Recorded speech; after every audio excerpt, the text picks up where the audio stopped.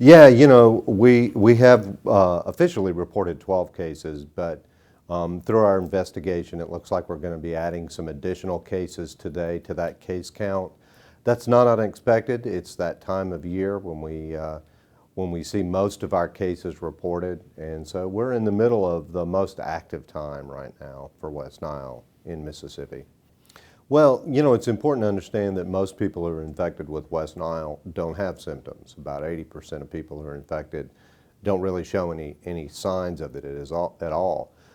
There is about 20% of folks who will show some symptoms. Most of those will be sort of a mild flu-like illness. It can make you feel sick, for sure, but it can give you a headache, muscle aches, sometimes a rash, really a flu-like illness, but it can be pretty severe. It can be associated with fever as well. For a smaller percentage of those folks, they can have a more severe form of West Nile that causes an encephalitis or a meningitis, sometimes a polio-like paralysis that can be temporary. Folks who have that in neuroinvasive disease or that more severe form of West Nile sometimes can have a prolonged recovery time depending on how severe their illness is. It can sometimes require hospitalization.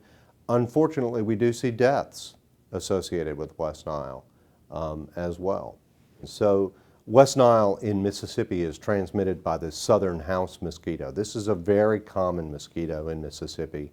And it lives, southern house mosquito, it actually lives around our houses and it breeds in areas around our houses. It doesn't take much water for this mosquito to breed. So it can be, a backed up gutter or an overturned tire or even your kid's pool in the backyard that's collected a little bit of water.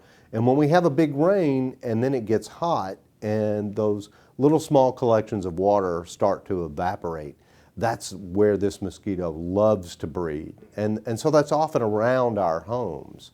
So it's important for us to, after a rain, look at our yards, look at our homes, make sure that we get rid of any breeding areas. If you have a small collection of water in a pot, toss it out. Clean out your backed up gutters. Make sure that you eliminate any standing water in your yard where mosquitoes can breed, especially this one. Talk a little about the science behind how someone contracts West Niles from these mosquitoes. Because mosquitoes pull blood out. So how do you get West Nile virus in a person? Yeah, so there's mixing when a mosquito bites you. So when these mosquitoes feed, and it's important to know what time of day these mosquitoes are most active. Now, they can bite any time of the day, but they're most active in the early morning hours and in the evening hours. And so it's especially important when people go outside during those times that they wear long sleeves, they wear long pants, they use mosquito repellent. You should be using mosquito repellent anytime that you go outside, especially when you're working in areas where there's potentially standing water and mosquitoes. So that's the first thing we want to do, is make sure that we protect ourselves from mosquito bites.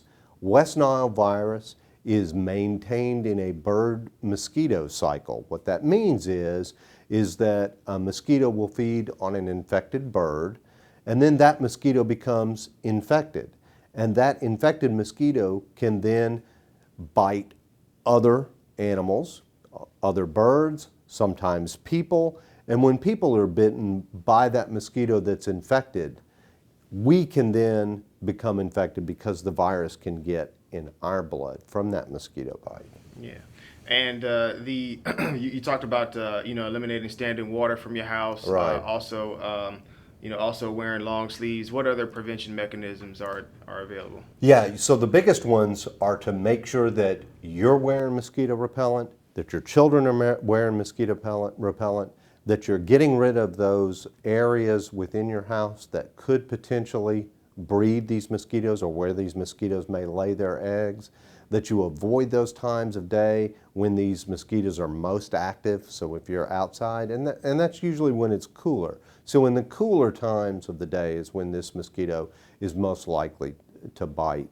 And look at your house, make sure the screens on your windows and on your doors are intact as well. Just protect yourself against those mosquito exposures. Just last question for you now. Yep. Talk a little about the cases. Do we expect to see an exorbitant amount of cases this year versus previous years? Yeah, you know, it's very difficult to predict how many cases we're going to have from year to year, but there's a lot of variability from year to year as well. So far, we have had a number of cases in Mississippi. That's not unexpected. We expect to see cases every year. Since West Nile was first identified in Mississippi back in 2001, we've had human cases every year since. So, you know, it looks like West Nile is here to stay, at least for the time being. So we are in the time of year when we expect to see most of our cases. July, August, and September going in up to October, that's our most active time. How many more cases we'll see, it's very difficult to predict. But we would not be surprised if we continue to see cases throughout that time of year when this virus is most active. Yeah, we saw deaths last year, right? I think we did have a death last year. We had 2 deaths last year. We'll have to check on that. None this year, right? None that we've reported so far, but certainly it's important to understand that we are still investigating cases that are reported to us to see if they really are West Nile. So stay tuned. We'll be updating our numbers.